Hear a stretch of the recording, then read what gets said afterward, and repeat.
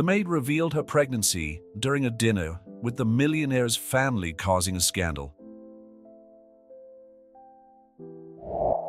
The elegant ballroom of the Warren estate in Greenwich, Connecticut, was decorated with elaborate arrangements of white orchids and crystals that reflected the soft light of the chandeliers. Arya Sands nervously adjusted the navy blue dress she had carefully chosen for the evening, her hands trembling slightly as she held a glass of sparkling water. As the mansion's housekeeper for the last 3 years, she knew every detail of the environment, every routine of the Warren family. But tonight was different. Tonight she was about to change everything. Caleb Warren, the 35-year-old heir to Warren Enterprises, maintained his impeccable posture at the head of the table, although his blue eyes occasionally met Arya's with a mixture of apprehension and affection that only she could recognize. His dark brown hair was perfectly aligned, and the tailored suit couldn't completely hide the tension in his shoulders. "How's the wine, dear?" Margaret Warren, the matriarch of the family, asked her son with that rehearsed smile that Arya knew so well. Margaret was the embodiment of New England aristocracy, with her pearl necklaces and always upright posture. "Excellent, Mom," Caleb replied automatically, his gaze quickly turning away from Arya. Richard Warren, the patriarch, was distractedly leafing through some documents next to his plate, even during family dinner, a habit Arya had observed countless times over the years. Warren Enterprises, one of the largest clean technology companies in the country, always came first. "Cassandra called today," Margaret commented, referring to Caleb's ex-fiancée. "She's coming back from London next week." Arya felt her stomach turn. Cassandra Blake, with her impeccable pedigree and important social connections, was everything the Warrens wanted for their only child. The breakdown of the engagement 6 months ago had been a contained scandal, but it was still a delicate subject. "Mom, we've already talked about this," Caleb replied with a firmness that made Richard finally lift his eyes from the documents. The tension in the air was palpable when Isabella, the Warrens' private chef, started serving dessert. Arya knew it was now or never. Her hands clenched the linen napkin under the table, and she felt the look of concern from Rose, the other housekeeper, who was privy to her secret. "I need to make an announcement," Arya said, her voice firmer than she expected. 3 pairs of eyes turned to her, and she saw Caleb straighten up in his chair. "Arya, dear, you can leave the dishes for later," Margaret said distractedly, without really looking at her. "It's not about the service, Mrs. Warren." Arya took a deep breath. "I'm pregnant." The clink of a fork against fine china broke the silence that followed. Margaret paled visibly as Richard slowly lowered the papers he was holding. "And the father?" Arya continued, her heart hammering against her chest. "Is Caleb?" "That's ridiculous," Margaret hissed, but her son was already on his feet. "It's true," Caleb declared, moving to stand next to Arya. "We fell in love over a year ago." Richard Warren closed his eyes for a moment, as if trying to process the information. "Do you realize what this means for the company, for our family? The press are going to have a field day with this," Margaret said, her voice shaking with anger. "The Warren heir involved with a maid, it's unacceptable." "Arya is not just a maid," Caleb defended, his hand finding hers. "She's a business graduate, intelligent, dedicated." "She's an opportunist," Margaret cut in, standing up. "How much do you want to keep this a secret and disappear?" Margaret, Richard, and Caleb exclaimed simultaneously. Arya felt tears burn her eyes, but held her head high. "I don't want your money, Mrs. Warren." "I never did." "Then what do you want?" Margaret asked, her tone sharp. "Our social position, the Warren name. I want to raise my son with the man I love," Arya replied simply. Richard Warren finally spoke up, his voice calculated. "Caleb, do you understand that this could jeopardize your position in the company? The board is conservative, the shareholders." "Dad, I've built half of the renewable energy projects that have made the company grow over the last 5 years. I deserve my place on merit, not by name." A heavy silence fell over the room. Rose discreetly began collecting the plates, casting supportive glances at Arya. "You have until tomorrow to decide," Richard finally declared. "Your inheritance and position in the company were this." He gestured vaguely in Arya's direction. "I don't need time," Caleb replied immediately. "I choose Arya and our son." Margaret let out a sound of disbelief, bringing a hand to her mouth. Richard only nodded slowly, as if he had expected this answer. "Then it's settled," he said, standing up. "Tomorrow I'll call a council meeting. I suggest that you and Arya start looking for somewhere else to live." As the Warren elders left the room, Caleb wrapped his arms around Arya. "Are you all right?" I don't know, she answered honestly. Everything's going to change now. For the better, he assured her, kissing her forehead. We'll build our own life, our own family. Through the tall windows of the Warren estate, the lights of Greenwich shone in the night, reminding Arya that beyond those walls lay a whole world of possibilities.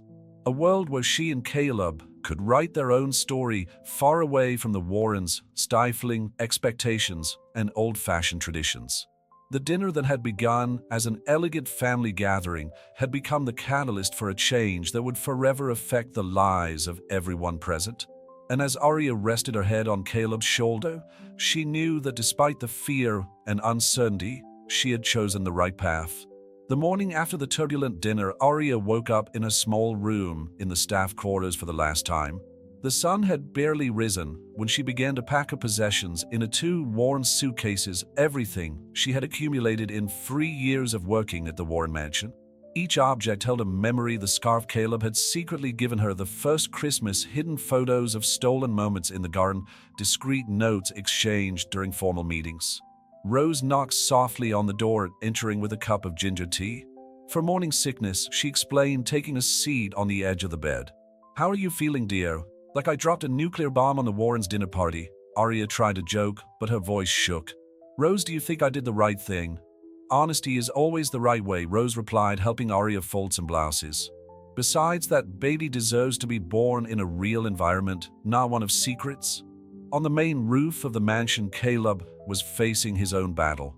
Sitting in his father's office, he watched Richard Warren sign a series of documents with precise, calculated movements.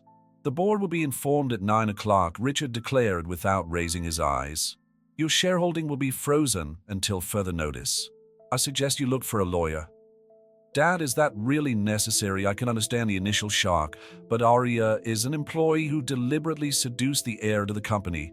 Margaret interrupted, entering the room with her usual impeccable posture. Do you know how many calls I've had this morning? The whole social circle is buzzing with rumors. That's not how it happened, Caleb protested, running his hand through his hair in frustration. We fell in love naturally.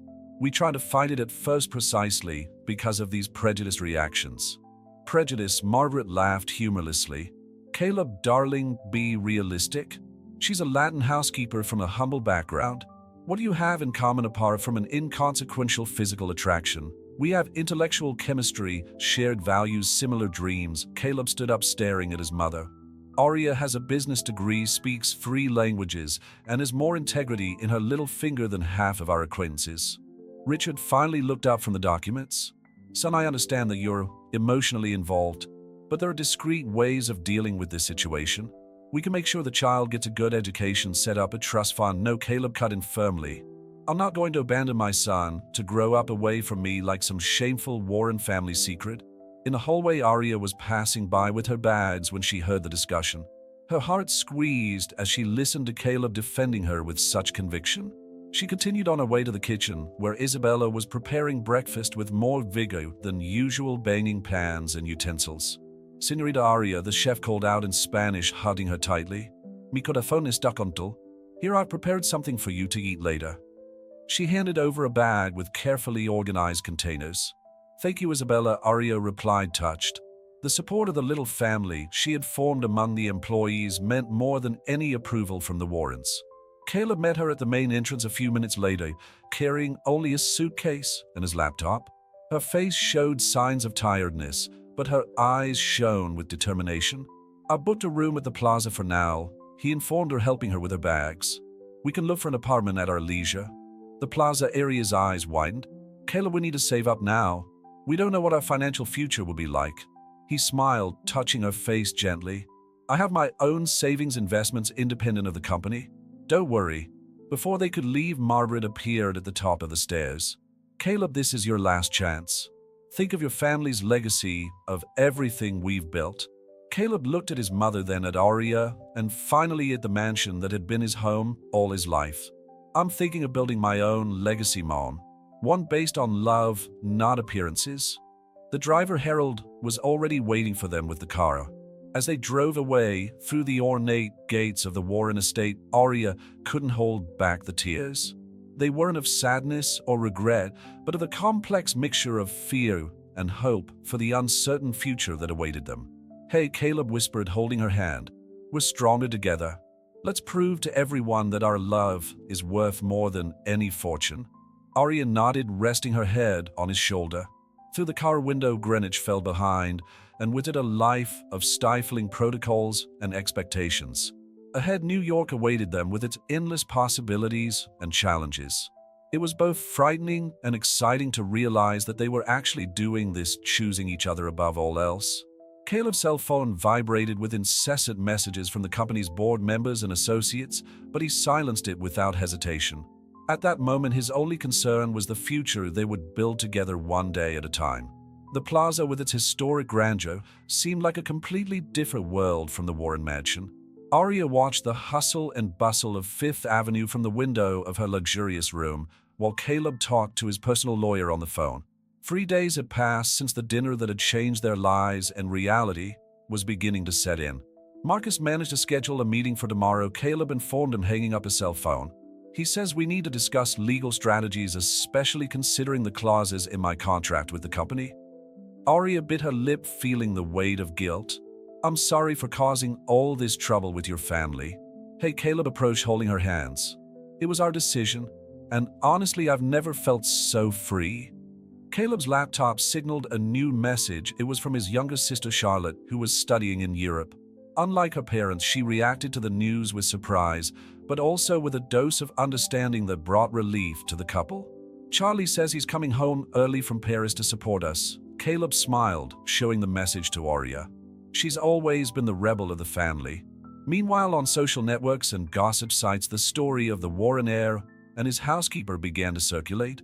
Sensational headlines such as "Forbidden Romance Shakes Business Empire" and "Scandal in Greenwich High Society" multiplied. "We need to be proactive about this," Arya suggested, her years of business studies coming to the fore. "The more we try to hide it, the worse the speculation will get." "I agree." Marcus suggested a controlled interview with some reputable outlet. "Tell our story on our terms." Arya's phone vibrated. It was Rose, informing her that Margaret Warren had ordered a deep clean of Arya's room, effectively erasing any trace of her presence in the mansion. "Typical," Arya muttered, but her voice betrayed hurt. "Pretending it never existed." Caleb hugged her from behind, his hands resting protectively on her still flat belly. "They'll have to accept it eventually. This baby is a Warren whether they like it or not." That afternoon, they met with a real estate agent recommended by Marcus. Jessica Chun took them to see several apartments in Manhattan, but it was a loft in Tribeca that captured the couple's attention. "It's perfect," Arya whispered, admiring the exposed brickwork and floor-to-ceiling windows. The space was modern but cozy, with an open kitchen that would make Isabella approve. "It has 2 bedrooms," Jessica pointed out. "Perfect for a family starting out." The word "family" made Arya's heart race. It was real. They really were building a life together. Back at the hotel, they found Charlotte waiting in the lobby, her designer bags contrasting with her relaxed manner. "Little sister," Caleb exclaimed, hugging her tightly. "I couldn't leave you to face the storm alone," she smiled, turning to Arya.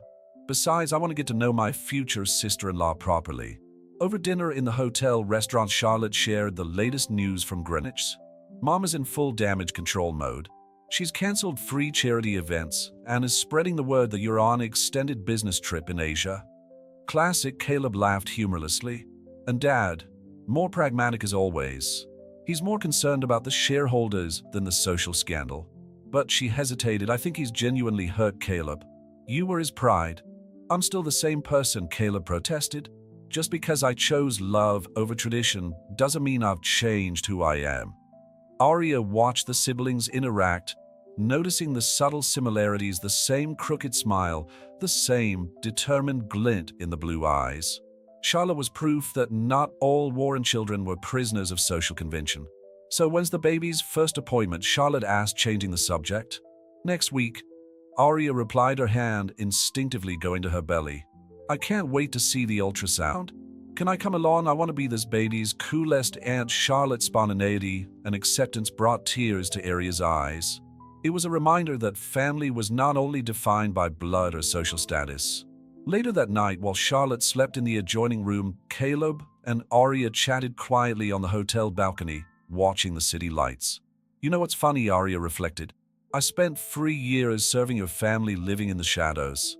Now for the first time, I really feel part of it. You've always been part of it even if we didn't know it, Caleb replied, kissing her forehead. Our baby only made official what was already true in our hearts. The distant sound of New York sirens created an urban symphony that seemed to cradle their dreams of the future. In just a few days, their lives had been turned upside down, but there together, everything seemed possible. Tomorrow we'll sign a contract for the loft, Caleb planned. Start our own story, our own family, Arya added, smiling. The city that never sleeps was silently witnessing the birth of something new, not just a child, but a new definition of family built on foundations of love, courage, and authenticity. And as the gentle Manhattan wind caressed their faces, Arya and Caleb knew that whatever the challenges ahead, they were exactly where they were meant to be. The front page of the New York Times carried the headline that Caleb and Arya had been dreading: Warren heir quits corporate empire over romance with employee. The photo accompanying the article showed the couple leaving the plaza, their hands intertwined, showing that they had nothing to hide. At least a photo was good, Charlotte commented, trying to lighten the tense atmosphere over breakfast. You look like a couple from a movie. Arya barely touched her toast, her stomach still sensitive from morning sickness. Her appointment with the obstetrician Dr. Rachel Foster was scheduled for that afternoon on the Upper East Side, and she felt a mixture of anxiety and anticipation. Marcus is here, Caleb announced, checking his phone. The lawyer would meet them in the suite to discuss legal strategy in negotiations with Warren Enterprises. Marcus Davidson was exactly how Arya imagined: an elite Manhattan lawyer, impeccably dressed in an Italian suit, but with a paternal air that made him instantly trustworthy. The good news, he began, organizing documents on the coffee table, is that your shares in the company can't just be confiscated. The bad news is that the board can freeze your voting rights and active participation in management. What about the moral clauses in the contract? Caleb asked, his hand finding areas instinctively. Technically, there was no violation. Relationships between employees are not expressly forbidden, although they are discouraged. The real challenge will be public opinion and conservative shareholders.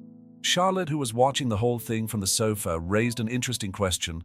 What if we turn this into something positive, a modern love story that challenges social prejudices? Marcus smiled, adjusting his glasses. Exactly what I was going to suggest. I have contacts at Vanity Fair. An exclusive interview could help control the narrative. While they were discussing PR strategies, Arya's mobile vibrated with a message from Rose. Mrs. Warren is organizing a charity event to restore the family's reputation. I thought you should know. Your mother wastes no time. Arya muttered to Caleb, showing him the message. Typical. While she tries to erase us from history, let's write our own narrative. After the meeting with Marcus, the couple headed to Dr. Foster's clinic. The office was welcoming, with soft-toned walls and artistic photographs of babies. Charlotte insisted on accompanying them, practically bouncing with excitement. 12 weeks, Dr. Foster confirmed, moving the transducer over Arya's belly.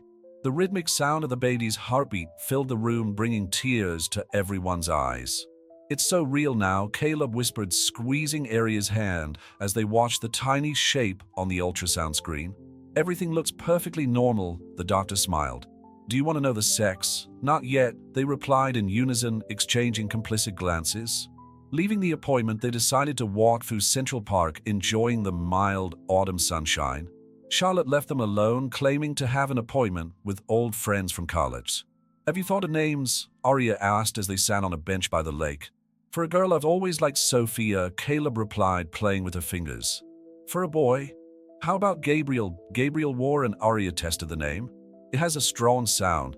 A group of executives passed them, and Arya noticed a few looks of recognition. News traveled fast in Manhattan's corporate world. We need to move into the loft soon, Caleb commented, also noticing the stairs. Build our own space? We can start decorating the baby's room. Arya smiled, her practical side emerging. In neutral tones, since we won't know the sex for a while. Caleb's cell phone rang. It was Richard Warren. After a moment's hesitation, he answered, putting it on speaker. The board wants a face-to-face meeting, Richard informed him, his voice professional. Monday, 9 a.m. Bring your lawyer.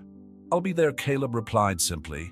Dad, how's Mom? There was a pause on the other end of the line. She's processing. Give it time. After hanging up, Caleb looked thoughtful. You know what's ironic? I was always taught that the Warrens don't back down from challenges. I guess I'm following in that tradition, just not in the way they expected.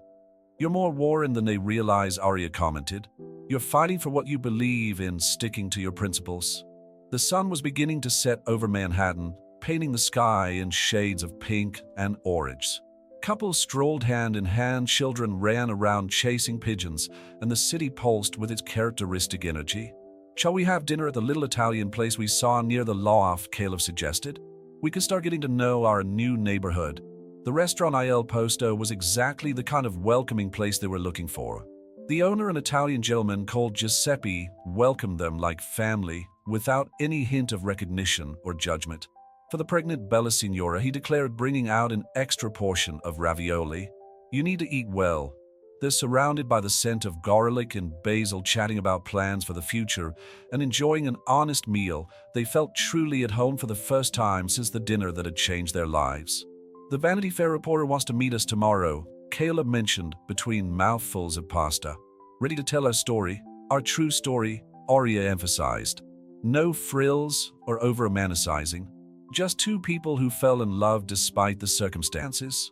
The sound of laughter and lively conversation all around seemed to be an omen of lighter days to come. As Manhattan prepared for another vibrant evening, Arya and Caleb savored not only the food, but the freedom to be themselves without social masks or stifling expectations. Giuseppe brought a house-special dessert tiramisu made from his nana's recipe. To sweeten the baby's life, he winked, clearly delighted with the couple. The Vanity Fair suite in the Condé Nast building glowed with a natural light coming through the floor-to-ceiling windows. Victoria Palmer, the veteran journalist, known for her insightful interviews with prominent New York figures, watched Arya and Caleb with genuine interest as her team adjusted the lights and cameras for the photo shoot that would accompany the story. You look nervous, Victoria commented, offering the couple some mineral water. You don't have to be. I'm interested in the truth, not sensationalism. Arya unconsciously adjusted the teal dress Charlotte had helped her pick out, her hands resting protectively on her belly. It's just that I never imagined being on this side of a Vanity Fair interview. The best stories are rarely planned, Victoria smiled, turning on her recorder. So tell me, how did it start? Caleb intertwined his fingers with areas of gesture that didn't go unnoticed by the journalist. It was during the pandemic, actually. The mansion was practically empty, with only the essential staff. Arya coordinated everything: meals, security protocols, video calls with suppliers. I met him every night in the library. Arya continued, a soft smile appearing on her lips. He always stayed late working on renewable energy projects. At first it was just conversations about books, Caleb elaborated. Arya has an impressive knowledge of classic literature. We started recommending books to each other, then spent hours discussing Jane Austen and Gabriel Garcia Marquez. Victoria made quick notes, her eyes shining with interest. And when did you realize it was more than a friendship? It was during a storm.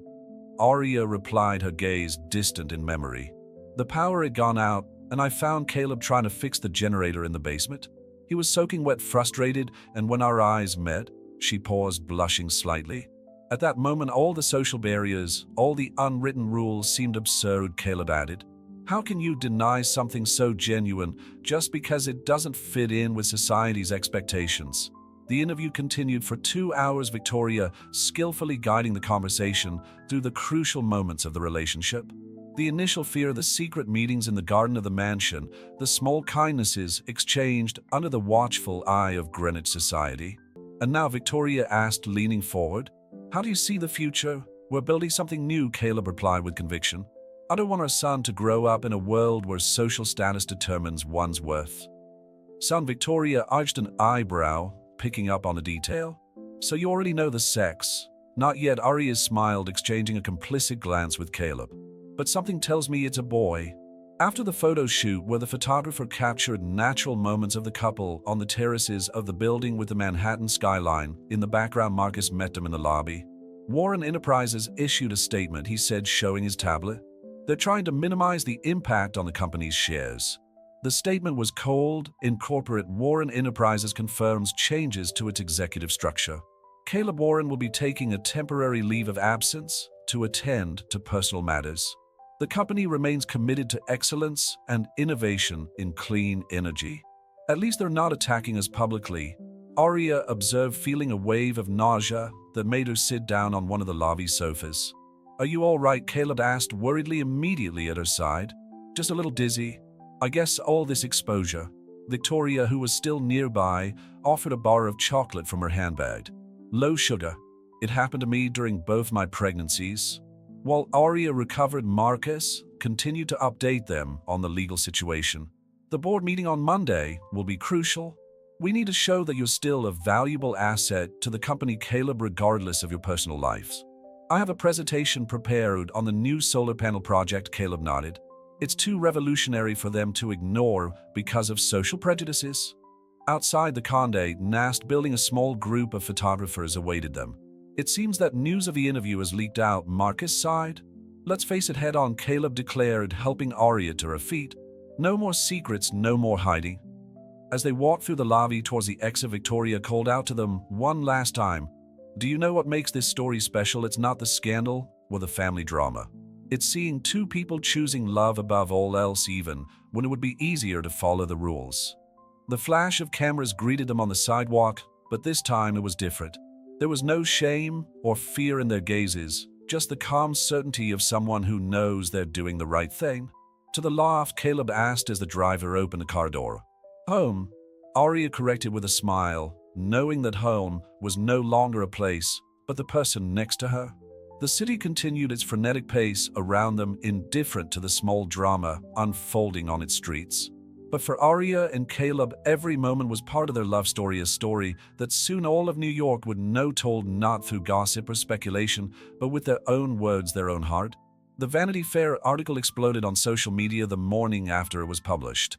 Victoria Palmer had captured the essence of Arya and Caleb's relationship with a sensitivity that surprised even the most skeptical. The photos in particular showed a natural intimacy that couldn't be manufactured. The way Caleb looked at Arya as she spoke, her protective touch on a still discreet belly, the shared smiles that said more than words. "It's surprisingly sweet," Charlotte commented, scrolling through the online comments on her iPad as they ate breakfast in the new loft. "People are really rooting for you." "Not all of them," Caleb observed, showing an email he had just received from an important Warren Enterprises shareholder. The tone was cutting, expressing deep concern about the moral direction of the company. Arya was busy organizing the baby's room, an activity that helped her keep her anxiety under control. The walls, freshly painted in a soft shade of sage green, still smelled faintly of new paint. "We need a chest of drawers," she said, more to herself than to the others, making notes in her notebook. It was easier to focus on practical details than to think about the council meeting that would take place in a few hours. The intercom rang, surprising everyone. On the monitor, they saw Margaret Warren, impeccably dressed in a Chanel ensemble, standing at the entrance to the building. "How did she find out where we live?" Arya whispered, her heart racing. "Probably through the article," Charlotte replied, biting her lip.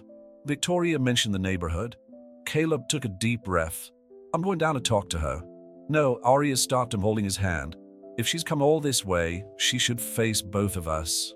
The private elevator opened directly into the loft, revealing Margaret Warren, who looked strangely vulnerable outside her Greenwich territory. Her eyes roamed the space, lingering momentarily on the unpacked boxes and wallpaper samples strewn across the floor. "Mom," Charlotte was the first to break the silence, getting up to hug her. "I read the article," Margaret said quietly, her voice softer than usual. "You seem really in love." The silence that followed was heavy with years of unmet expectations and unspoken words. Arya unconsciously took a step closer to Caleb, who maintained a cautiously neutral expression. "There are over 200 positive comments on the Vanity Fair website," Charlotte offered, trying to fill the vacuum of discomfort. "The company's shares even went up 2 points this morning." "I didn't come to talk about shares or the company," Margaret sighed, finally sitting down in one of the dining room chairs. "I came because," she hesitated, something rare for a woman, usually so articulate, "because I realized that I could lose my son if I carry on like this." Caleb felt Arya squeeze his hand, a silent gesture of support. "Mom, you'll never lose me, but you have to accept my choice as my family." "Your family," Marta repeated, looking at Arya's belly. "My grandson or granddaughter?" "Or granddaughters," Charlotte smiled. Arya thinks it's a boy, but I'm betting on a little Warren princess. A ghost of a smile passed Margaret's lips. Richard doesn't know I've come. He's still processing. But after seeing the photos, reading about how you met, she paused, looking directly at Arya for the first time. I realized that I had judged you unfairly. Arya felt tears forming in her eyes, blaming the pregnancy hormones. I never want to cause trouble for the family. We just can't control who we fall in love with. No, we can't, Margaret agreed softly, and for a moment Arya glimpsed the young woman she must have been before decades of social expectations molded her into the matriarch she had become. Charlotte, ever practical, seized the moment to show her mother the baby's room in progress. Arya has a great eye for decoration. You should see the panel she's planning for the main wall. To everyone's surprise, Margaret began to make suggestions about the room's layout, mentioning a small store on the Upper East Side that sold handmade children's furniture. About Caleb's crib there 35 years ago. They still maintain the same standard of quality. The morning progressed with a strange but not unpleasant exchange of ideas about the baby interior design and family memories. Margaret even accepted a cup of the special ginger tea that Arya had prepared for her morning sickness. The board meeting, Caleb reminded her, checking his watch. I need to get ready. About that, Margaret straightened up, resuming some of her usual poise. I have some suggestions on how to approach a certain more conservative members. After all, I've known those dinosaurs for decades. The look of surprise that Caleb exchanged with Arya said it all. Maybe, just maybe, things were starting to change. Not dramatically, not like in a fairy tale, but gradually, like the morning slowly turning into afternoon outside, painting new shadows on the walls of the place they now called home. The imposing lobby of Warren Enterprises was buzzing with executives in expensive suits and curious looks as Caleb walked through the revolving doors, Marcus by his side. Arya had insisted on accompanying him despite his initial reluctance to expose her to any more stress. Remember, Marcus murmured as they waited for the elevator. Stay focused on the solar panel project. Don't let them turn it into a family melodrama. The 45th floor, where the boardroom was located, was a monument to corporate power, Italian marble, modern art, and panoramic views of Manhattan. Richard Warren was already there, talking quietly to Bernard Mitchell, the chairman of the board. Son, Richard nodded briefly, his face a mask of professional neutrality. Ms. Sance. Arya felt the stares of the executives, present some curious, others openly hostile. She unconsciously adjusted the navy blue blazer Charlotte had helped her choose, determined to look professional and composed. Mr. Warren, Bernard began as soon as everyone was seated.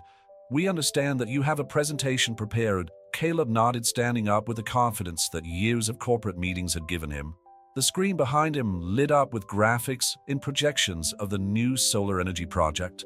Our proprietary technology increases the efficiency of the panels by 47%. He explained, his voice firm. We already have interest from 3 state governments and several international partners. For 40 minutes, Caleb conducted an impeccable presentation, answering technical questions with precision and demonstrating why he was considered one of the best executives in the industry. Impressive, Bernard commented when Caleb had finished. But there's another issue we need to address.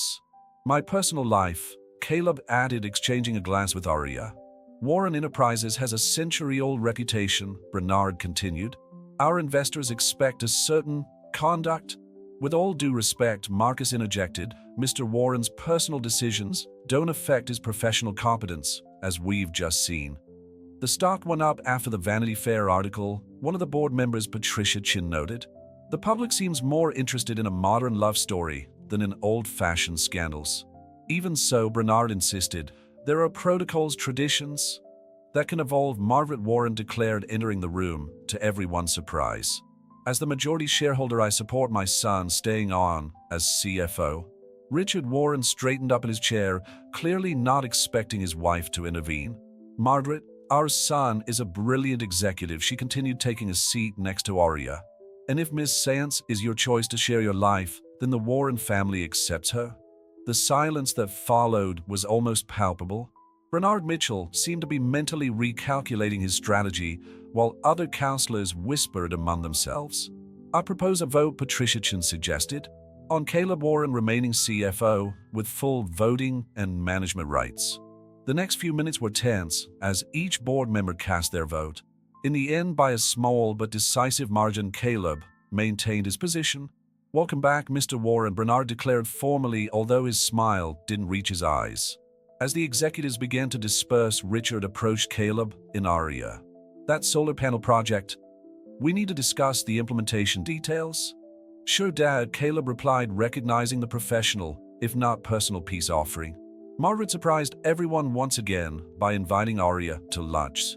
"We have a lot to discuss about the baby shower," she explained, ignoring the surprised looks. In the elevator going down to the lobby, Aria finally relaxed against Caleb. "Your mother defending me was surreal," he added, kissing her forehead. "I think you're slowly winning her over." "Like I won you over?" "Exactly," he smiled. "With intelligence, grace, and that unique ability to see the best in people." The rest of the day passed like a blur of meetings and phone calls, Caleb officially resuming his responsibilities while Aria and Margaret discussed details of the baby shower in a discreet cafe on the Upper East Side. "The Warren tradition is to have it in the garden of the mansion," Margaret explained, surprisingly excited about the planning. "But we can consider other venues if you prefer." "Actually," Aria hesitated, "I'd love to keep that tradition going, if you're comfortable with it." Margaret's smile was small but genuine. "It would be appropriate. After all, my grandson is a Warren." Back at the loft that night, Caleb found Aria asleep on the sofa, surrounded by decorating magazines and fabric swatches. His heart filled with love as he saw how she struggled to build a bridge between their two worlds. Charlotte, who had spent the day organizing the baby's room, joined him on the balcony. "So you've officially returned to the Warren Empire, with a few conditions from me too," he confirmed. "More flexibility to be present during pregnancy, home office when necessary. Look at you balancing family and career like a responsible adult," she teased. The sun was setting over Manhattan, painting the sky in shades of pink and gold. Somewhere below, the city continued its frenetic pace, indifferent to the small dramas and victories unfolding in its heights. "You know," Charlotte reflected, "I think Aria is doing not only you, but the whole family good. Mom smiled more today than she has in the last year." Caleb nodded, watching his future wife sleep peacefully. Sometimes the biggest changes began with the simplest gestures, an unexpected smile, a hand extended in peace, the promise of a new beginning. News of the baby shower at the Warren mansion spread quickly through Greenwich's social circles. Aria watched with a mixture of amusement and apprehension as Margaret coordinated the preparations with the same precision she would use for an international diplomatic event.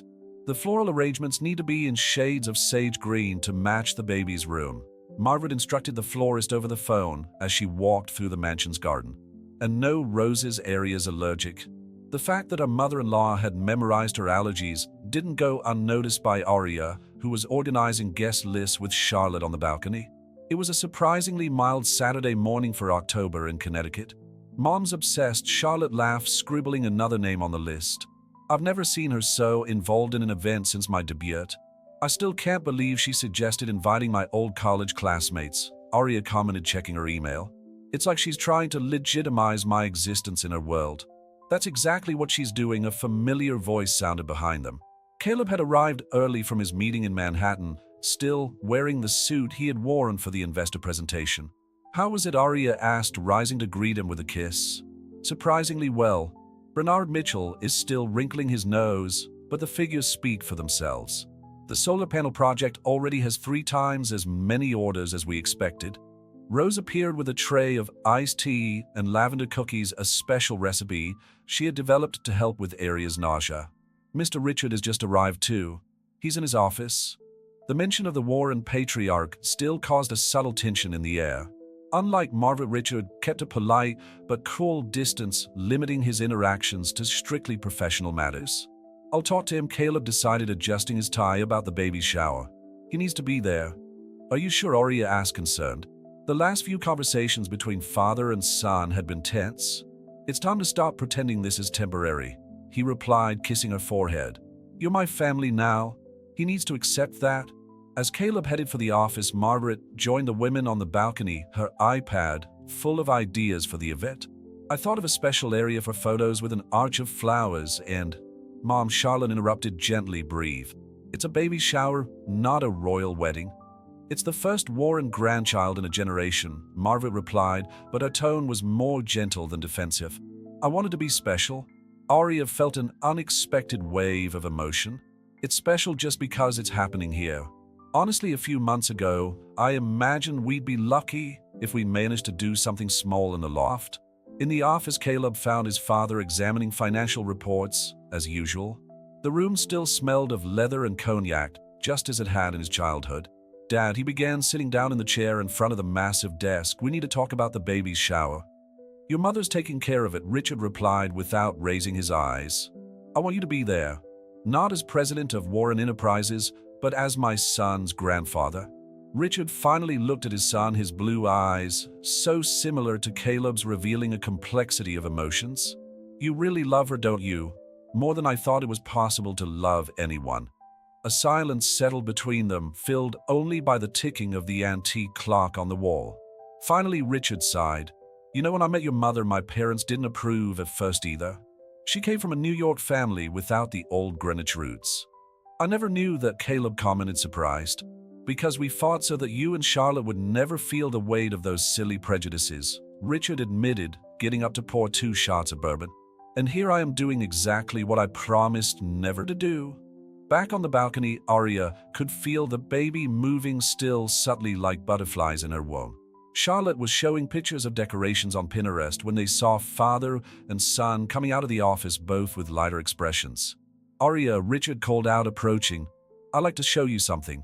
Intrigued, she followed her father-in-law into a room she had never entered even in her years as a housekeeper. It was clearly some kind of family archive with meticulously organized photo albums and documents. "This," Richard said, picking up an old album, "is the first Warren baby shower that took place in this house." It was for Caleb. He opened to a page showing a young Margaret radiant in a floral dress, surrounded by family and friends in the same garden where the new event would take place. "She looks so happy," Arya observed, gently touching the photo. "She was. And now," Richard hesitated, choosing his words carefully, "now she has the chance to give someone else that same happiness. We all do." The moment was interrupted by Charlotte, who rushed into the room. "Arya, Dr. Foster's on the phone. She's managed to reschedule the ultrasound for this afternoon."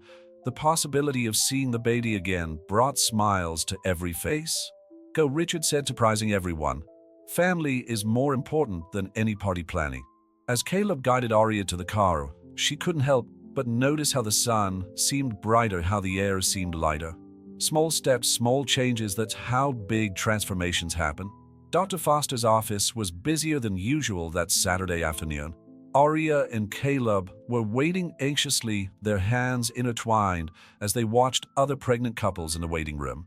To their surprise, Margaret had insisted on accompanying them, sitting elegantly in one of the chairs, leafing through a maternity magazine with genuine interest. "Warren family," the nurse called out, smiling, as she saw the 3 of them stand up. The ultrasound procedure began, as usual, with Dr. Foster applying the gel to Arya's belly. The monitor screen flickered to life, revealing the baby's increasingly defined shape. "Do you want to know the sex today?" the doctor asked, moving the transducer with precision. Caleb and Arya exchanged glances. They hadn't discussed it before, but something about the moment seemed perfect. Margaret held her breath, clearly as anxious as the parents' dope. "Yes," they answered in unison. Dr. Foster smiled, adjusting the angle of the image. "Well, looks like mother's intuition was right. It's a boy." Margaret let out a small sound of joy, her hands clasping Caleb's shoulder. Arya felt tears running down her cheeks as she watched her son on the screen, now not just a baby, but a little man in the making. "A boy," Caleb whispered, kissing Arya's forehead. "Gabriel Warren." The name hung in the air like a blessing, a bridge between the Warren family's past and future. Margaret discreetly wiped her eyes with a silk handkerchief. Back in the car, Caleb's cell phone rang. It was Charlotte, anxious for news.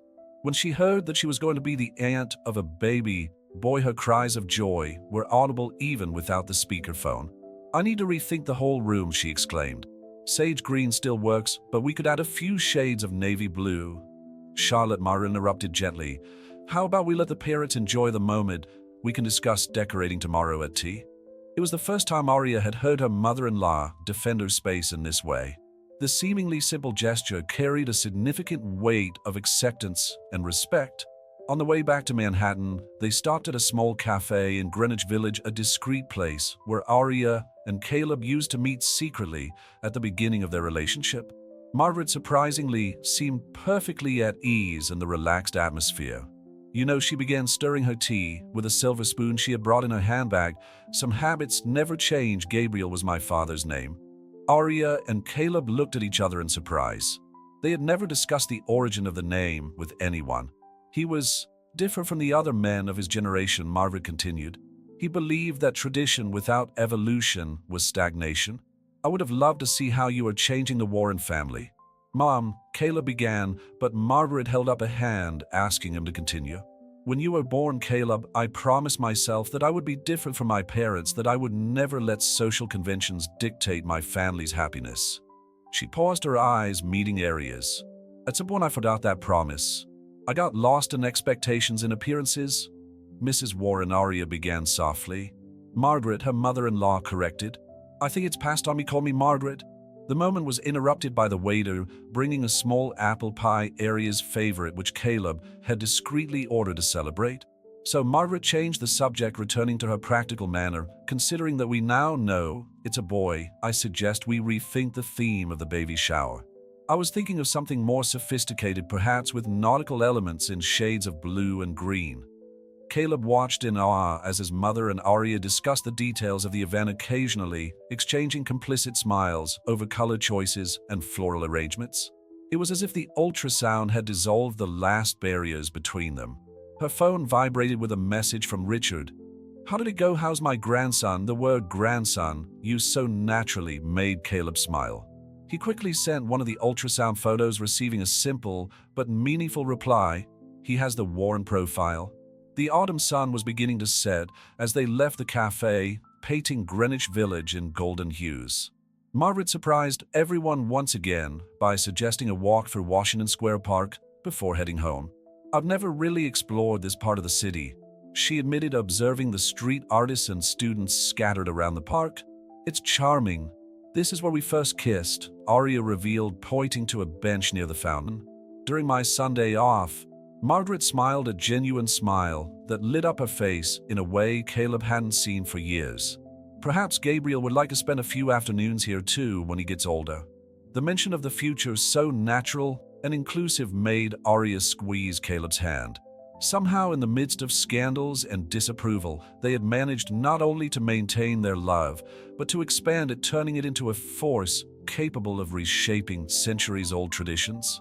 I think it's time to go, Margaret finally said, noticing Aria trying to disguise a yawn. Pregnant women need to rest, especially on the eve of a big event. As they walked back to the car, a little Gabriel moved, as if agreeing with his grandmother. Aria smiled, thinking of how her son was already, even before he was born, weaving new ties into a family fabric that had seemed until recently impenetrable. The garden of the Warren mansion had been transformed into a scene worthy of the pages of Architectural Digest. Elegant white tents created intimate spaces among the centuries-old trees, while elaborate arrangements in shades of sage green and navy blue adorned every surface. Aria watched the final preparations from the window of what used to be her old bedroom, now wearing a sky blue silk midi dress that Charlotte had insisted on buying for the occasion. Something's different, Rose commented, helping her with the final touches to her hair. You look at peace. It's strange, isn't it? Aria smiled, stroking her 5-month belly. A few months ago, I was serving tea in this very garden. Now you're the star of the show, Charlotte added, entering the room with a small jewelry box. Mom asked me to give you this. Inside the case was a delicate pearl necklace with a handwritten card. Tradition is about passing on what is worth preserving. Welcome to the family. Margaret, the tears came instantly. Damn pregnancy hormones, as Charlotte helped put the necklace on. These are the same pearls Grandma gave Mom when she was pregnant with Caleb, she explained. Downstairs, the first guests were beginning to arrive. Margaret, impeccable in a navy blue channel dress, welcomed everyone with a grace that only decades of social practice could provide. Next to her, surprisingly, was Richard, who had canceled 3 important meetings to attend. Caleb met Aria in the hallway, his breathing labored at the sight of her. You look stunning, he whispered, kissing her softly. The pearls. Your mother, she confirmed, touching the necklace. I think I've finally been approved. The garden was filled with an interesting mix of world's Warren Enterprises executives chatted with Aria's old college classmates while Greenwich socialites mingled with her Latin family. Isabella, the chef, had prepared a fusion of traditional canapes with touches of Mexican cuisine, a tribute to Aria's origins. "Aria, darling," Margaret called out, waving discreetly. "Come and meet Barbara Mitchell, Bernard's wife. She's very curious about your ideas for decorating the baby's room." Barbara Mitchell, who had previously barely acknowledged Aria's existence, now treated her as an equal, fascinated by her love story with Caleb. "It's like a movie," she exclaimed, clutching her glass of champagne. "And have you chosen a name yet, Gabriel?" Aria replied, noticing how the name caused smiles wherever she went. Gabriel Warren. The afternoon progressed with a series of traditional baby shower games, all elegantly adapted by Margaret to maintain the sophistication of the event. Rose and Charlotte had organized a mural where guests could leave messages for the baby, creating a mosaic of love and hope for the future Gabriel. In a particularly touching moment, Richard Warren asked for everyone's attention, holding up a glass of champagne. As a first-time grandfather, he began, his voice slightly slurred. "I'd like to make a toast to Aria and Caleb, who taught us that true love knows no social barriers. And to little Gabriel, who is already transforming our family before he even arrives." Caleb squeezed Aria's hand, both of them moved by the Warren patriarch's words. Margaret discreetly wiped away tears with a silk handkerchief while Charlotte smiled openly. Among the gifts, there was one in particular that caught their eye, a small antique box personally delivered by Richard. Inside was a gold pocket watch, clearly of family heirloom. "It belonged to my grandfather then, my father, then me," Richard explained. "Now it will be Gabriel's when the time comes." The gesture carried significant weight. It was more than a gift, it was a declaration of acceptance, of continuity of family. Aria realized that silent tears were streaming down her face as Caleb hugged her from behind, his hands resting protectively on Gabriel. "Did you see that?" he whispered in her ear. "Sometimes the best traditions are the ones we manage to reinvent." The sun was beginning to set over Greenwich as the last guest departed, leaving behind a garden full of newly created memories. Rose and Isabella discreetly organized the gifts while Charlotte took photos of the pink sky for Gabriel's album. She insisted.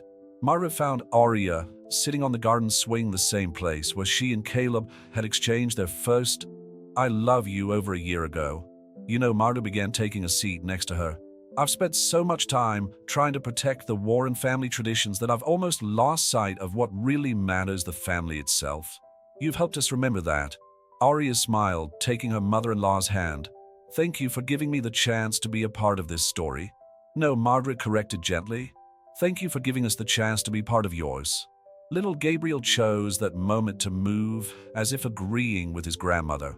And there in the garden where so many generations of Warrens had celebrated important moments, a new tradition was beginning to form, one based not on social status or rigid expectations, but on love, acceptance, and the courage to choose happiness over convention. The morning after the baby shower found Aria and Caleb in their Tribeca loft, surrounded by unopened gifts and greeting cards. The fall sun filtered through the floor-to-ceiling windows, illuminating the stacked boxes that held Gabriel's future. "I've never seen so many monogram presents in my life," Aria commented, carefully unwrapping a set of towels with the initials GW delicately embroidered on them. "Your mother really spared no effort with the guest list." Caleb smiled, methodically arranging the cards in a special box that Charlotte had decorated for the occasion. "I think she's trying to make up for months of resistance with a whole semester of pampering."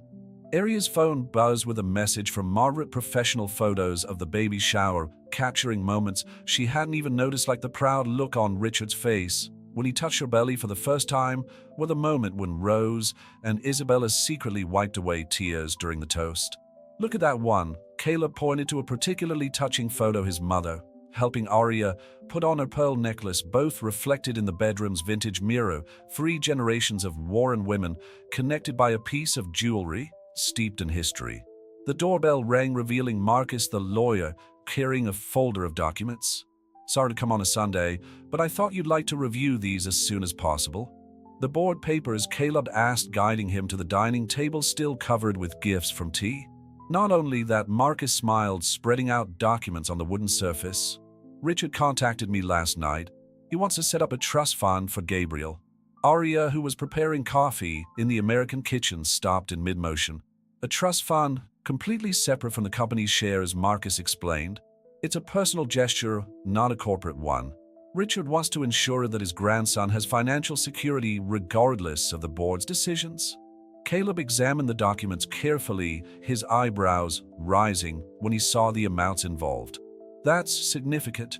Your father mentioned something about traditions worth keeping, Marcus commented, accepting the cup of coffee Aria offered him. Caleb's phone rang. It was Charlotte, excited about the latest deliveries for the baby's room.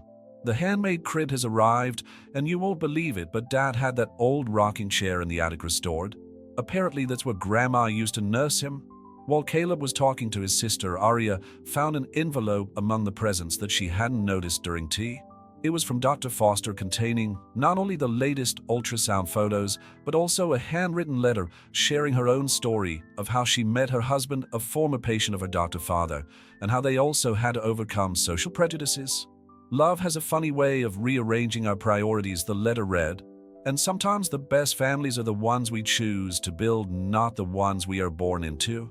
Marcus finished explaining the legal details of the trust fund and was getting ready to leave when Margaret called by FaceTime. She was in the showroom of a children's furniture store on the Upper East Side, deciding between two dresser models. The French model has more drawers, but the Italian one goes better with the crib, she pondered, turning the camera to show the options. What do you think? Actually, Aria intervened gently. We were thinking of using the old chest of drawers we found in my grandmother's apartment in Queens. It has sentimental value, and with a new coat of paint, instead of the resistance that Aria secretly feared, Margaret surprised everyone once again. Perfect, we can call that restorer, who worked on the mansion's antiques. He'll do an impeccable job maintaining the history of the piece. After the calls ended and Marcus left, Aria and Caleb finally had a moment to themselves. Sitting on the new sofa, still surrounded by gifts and cards, they allowed the reality of the last few days to envelop them. It's funny, Aria reflected, her hands resting on her belly where Gabriel was gently moving. How quickly things have changed. A few weeks ago, I was afraid to even use the main elevator in the mansion. And now you're wearing the family pearls, Caleb added, gently touching the necklace around his neck. Did you know that each pearl represents a generation of Warren women? My mother adds a new one every time the jewel is passed down. So this one, Aria touched the newest pearl, slightly different from the others, is for me, for you, and all the future women in the family who will come after you, he confirmed, kissing her temple. The rest of the afternoon was spent organizing the gifts and planning the next steps. Gabriel's room was taking shape, a harmonious blend of old and new tradition and modernity, just like the family they were building. Rose called to share that Margaret had announced changes to the mansion's employee policies, including better benefits and a scholarship program for employees' children. Your story opened her eyes in so many ways, Rose commented. As night fell over Manhattan, Caleb found Aria on the loft's balcony, watching the city lights. Little Gabriel seemed especially active, as if he felt the energy of the moment. What are you thinking about? He asked, wrapping his arms around her. About how love has this power to transform people, she replied, leaning back against him. Not just us, but everyone around us. Winter was beginning to set in New York when Aria reached her 6th month of pregnancy. The loft in Tribeca, now completely decorated, reflected the harmonious fusion of their lives. Modern furniture coexisted with carefully restored antiques, while Gabriel's room combined the Warrens' handmade crib with the Sands family's vintage chest of drawers. The result of the last ultrasound are excellent, Dr. Foster commented during their monthly appointment as Caleb held Aria's hand. Gabriel was developing perfectly. What about the nausea? Margaret asked, surprising everyone with her presence at the appointment. Over the last few months, she had become a constant presence in the couple's life, always arriving with homemade soups prepared by Isabella or new catalogs of children's decorations. Much better, Aria replied, exchanging a complicit glance with her mother-in-law. That ginger tea you suggested worked wonders. Margaret Warren's transformation was the talk of Greenwich. The former queen of the social circle was now often seen in Manhattan, carrying bags from baby stores or visiting more casual restaurants with Aria and Charlotte. Warren Enterprises has approved the new parental leave program, Caleb announced as they left the clinic. 6 months for both parents with the possibility of flexible remote work. Your father told me, Margaret smiled. It was your idea, wasn't it, Aria? In fact, it had been. During a family dinner at the mansion, now a regular weekly event, Aria had shared her experiences of observing employees struggling to balance work and family. Richard, surprisingly, was the first to support the initiative. Times have changed, he had declared, and Warren Enterprises needs to change with them. Caleb's cell phone vibrated with a message from Bernard Mitchell. The chairman of the board, initially resistant to the couple's union, had gradually changed his stance after seeing the positive results of the changes implemented in the company. He wants to discuss expanding the solar panel project to the West Coast, Caleb explained. Apparently, our scandal ended up attracting younger, more progressive investors. Did you see that? Aria teased, adjusting her jacket over a prominent belly. Sometimes a little disruption is exactly what a traditional company needs. Margaret insisted on taking them to lunch at a new restaurant in Soho, a place that mixed traditional American cuisine with Latin touches, a choice clearly designed to please Aria. Richard and I were thinking, she began after they had placed their orders, maybe you'd like to use the summer house on Martha's Vineyard for the first few months after the birth. It's quieter than Manhattan, and there's enough room for the nanny and any extra help you need. Aria and Caleb exchanged surprised glances. The Martha's Vineyard house was the Warrens' most private retreat, rarely offered even to close family. It would be perfect, Aria replied, thrilled.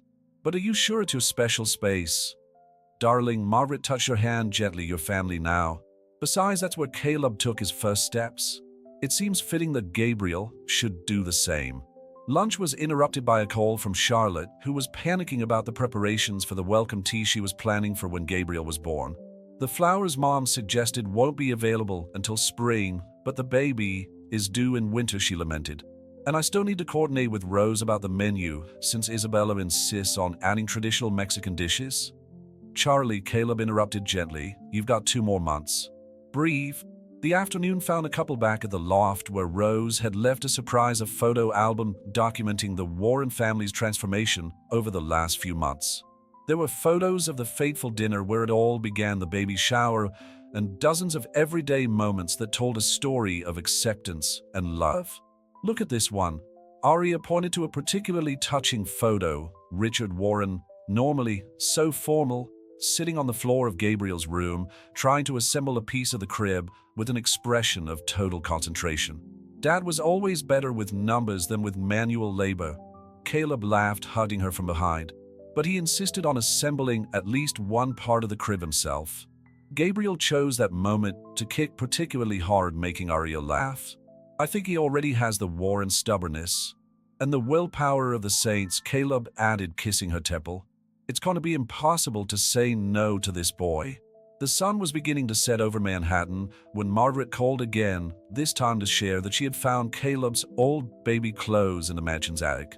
They're perfectly preserved, she explained, her voice charged with emotion. And that blue jumpsuit you wore on your first Christmas? I thought maybe Gabriel would like to continue the tradition. We'd love to, Aria replied, feeling the tears coming. The pregnancy hormones still caught her off guard sometimes. As night fell over the city, Aria and Caleb sat on the loft's balcony, protected from the cold by soft blankets, watching the lights of Manhattan come on one by one. Gabriel moved gently, as if he too appreciated the moment of peace. I thought building a family meant abandoning traditions. Aria reflected, her hands intertwined with Caleb's on her belly. But really, we're just creating new ones, are we? Better ones, Caleb agreed. Because there are choices, not impositions. With only 3 weeks to go until the due date, the loft in Tribeca became a hub of constant activity. Gabriel's room was ready, a perfect fusion of Warren elegance and the saints' welcoming warmth. Aria, now at the end of her 8th month, watched the snow fall softly through the floor-to-ceiling windows while Rose and Charlotte finalized the last details of the maternity bag. Do you really need 3 different kinds of sweaters? Charlotte questioned, meticulously folding a piece of silk. Your mother insisted. Aria smiled, stroking her prominent belly. Apparently, there's a sweater specifically for the baby's first official photos. The phone rang. It was Richard Warren calling from the company office. I'll just sign the last of Gabriel's trust fund documents. He reported his tone carrying a pride he'd previously tried to hide. And Caleb is impressing everyone at the board meeting. Bernard is practically fawning over him after his presentation on residential solar energy. Richard's transformation over the last few months had been almost as remarkable as Margaret's. The Warren patriarch, once so focused on keeping up appearances and traditions, was now regularly seen having lunch with Arya in small downtown restaurants, discussing everything from politics to his hopes for his grandson. "Mr. Warren," Arya began, but was interrupted. "Richard, dear, we've been past that formality for months." "Richard," she corrected, smiling. "Thank you for everything." There was a pause on the other end of the line, charged with restrained emotion. "You've given us so much more than we can ever repay, Arya. You've brought new life not only to our family, but to our values." The conversation was interrupted by Margaret, who arrived carrying more baby bags. "I found the perfect mobile. It's a handmade replica of the one that hung over Caleb's crib, but with a few modern touches." Rose and Charlotte exchanged amused glances. Margaret's obsession with every detail of the baby's room had become an affectionate joke among the family. "And speaking of Caleb," Margaret continued, starting to unpack her shopping, "he called me earlier. He's reorganizing his entire schedule for the next month so that he can work mostly from home after the birth." Arya felt her heart fill with love. Caleb had shown himself to be even more dedicated and attentive during her pregnancy, perfectly balancing his responsibilities at the company with his role as a father. The afternoon was progressing when Isabella arrived carrying containers of frozen food, all of Arya's favorite dishes prepared especially for the first few weeks after giving birth. "To make sure you keep up your strength, mi amor," she explained in her melodious Spanish. The sound of the elevator announced Caleb's arrival, returning early from the board meeting. His face lit up when he saw the apartment full of the people he loved, all united in preparation for Gabriel's arrival. "How was the meeting?" Arya asked when he approached to kiss her. "Incredible. The board unanimously approved the expansion of the solar energy project," and he paused dramatically. "Bernard suggested that I take over the chairmanship of the Innovation Committee." Margaret let out a small cry of joy, while Charlotte applauded enthusiastically. It was a significant victory, not just professionally, but as a symbol of complete acceptance. "This deserves a celebration," Richard declared, surprising everyone with his unexpected arrival. "I booked the Italian restaurant for a family dinner." "Il posto?" Arya asked, remembering the cozy restaurant where they had found so much comfort in the first difficult days. Giuseppe was thrilled with the reservation. Richard smiled. "Apparently he's already preparing a special menu for La Familia Completa." The snow was still falling gently outside when the family gathered for dinner. Giuseppe had decorated a special table with white flowers and candles, creating an intimate and welcoming atmosphere. The scent of basil and garlic filled the air, mingling with the laughter and lively conversation. To Gabriel, Richard proposed in a toast, raising his wine glass. "And to the family we've built together." Arya, sipping her cranberry juice, observed the faces around her. Margaret discussing recipes with Isabella, Charlotte showing photos of the baby's room to Giuseppe, Rose, and Richard discussing the latest Yankees game. It was a scene that would have seemed impossible a few months ago. "What are you thinking?" Caleb whispered, noticing her contemplative gaze. "About how love has this transformative power," she replied, feeling Gabriel move as if to agree. "How it can break down walls that seem insurmountable." The evening ended with plans for the weekend on Martha's Vineyard, the last family getaway before Gabriel's arrival. Margaret had already sent a team to prepare the house, making sure everything was perfect to welcome the new Warren generation. Back at the loft, as the town slept under its blanket of snow, Arya and Caleb lay on Rose's freshly made bed, their hands intertwined over the place where their son was growing up. "Ready?" Caleb asked softly. "To meet our son, to start our own family?" Arya smiled in the darkness. "More than ever." The first day of February arrived with an unexpected snowfall in Manhattan. Arya woke up feeling the first contractions around 3 in the morning, Gabriel's perfect timing surprising everyone except Margaret Warren, who had insisted on staying in the loft's guest room, just in case. "It's time," Arya whispered to Caleb, who immediately sprang into action with the practice calm of countless rehearsals. The maternity bag, checked obsessively by Charlotte over the last few weeks, was already positioned strategically near the door. "I've called Dr. Foster," Margaret informed her, appearing in the room already fully dressed and composed, as if she'd been waiting for this moment for hours. "She'll meet us at the hospital." The New York Presbyterian descended on them like an illuminated giant in the snowy night. The medical team, clearly informed about who was coming, moved with professional efficiency. Dr. Foster was waiting at the entrance to the maternity ward, her warm smile calming everyone's nerves. 10 centimeters, she announced after examining Aria. "This little Warren is looking forward to meeting the family." Richard arrived moments later, still wearing his pajamas under his Burberry coat, a sight that would have been comical in any other circumstance. Charlotte wasn't far behind, carrying a professional camera and laptop to document every historic moment. "La familia está completa," Isabella declared as she arrived with Rose bringing thermoses of tea and homemade cookies for the long wait. The next few hours were a carefully choreographed dance of support and anticipation. Caleb never left Aria's side, whispering words of encouragement and love as she faced each contraction. Margaret surprised everyone with her practical knowledge of breathing techniques and birthing positions. "I learned it from a doula after Caleb was born," she explained, massaging Aria's back. "I've always wanted to use this knowledge with a daughter-in-law." At 8:47 in the morning, with the snow still falling softly outside the hospital window, Gabriel Warren Sands came into the world with a strong, healthy cry. His eyes, when they finally opened, were a deep blue, the Warren's trademark, but his delicate features were reminiscent of Aria's Latin beauty.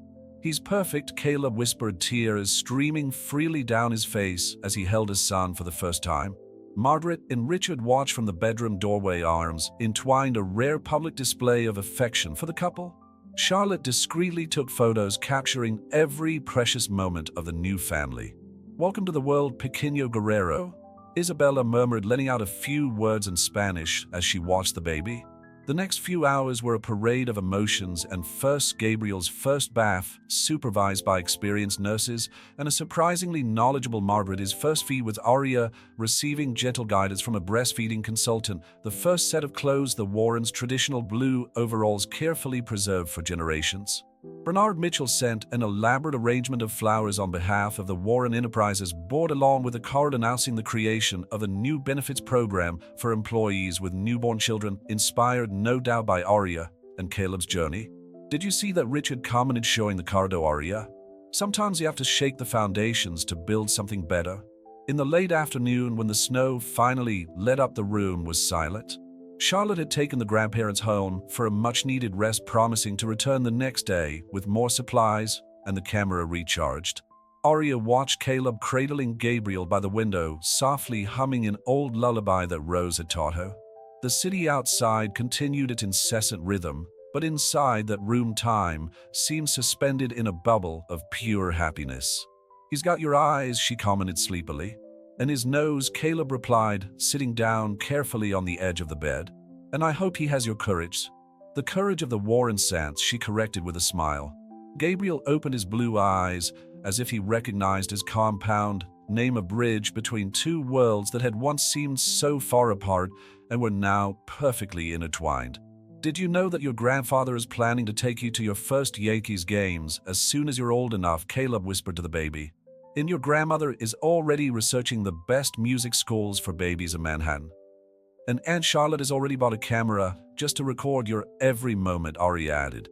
Caleb's cell phone vibrated softly. It was a message from his mother with photos of Gabriel's room in the loft now, with finishing touches added by her, and Rose, a restored antique rocking chair, strategically positioned next to the crib, new curtains that matched the wallpaper perfectly, and the musical mobile hanging at just the right height. "Ready to go home tomorrow?" Caleb asked, settling Gabriel more comfortably in his arms. "To our house," Aria corrected softly. "We were going to create our own story." Night fell over New York, enveloping the city in a blanket of snowy stillness. In the hospital room, lit only by the soft glow of a lamp, 3 generations of love and hope rested peacefully, the Warren Center family that had proven that true love knows no social barriers, that traditions can be reinvented, and that sometimes the greatest gifts come in the most unexpected packages. Gabriel slept serenely, oblivious to the impact his mere existence had already had on so many lives. He was more than a baby, he was a symbol of change, of acceptance, of evolution. And as his parents watched him with infinite love, they knew that his story had only just begun.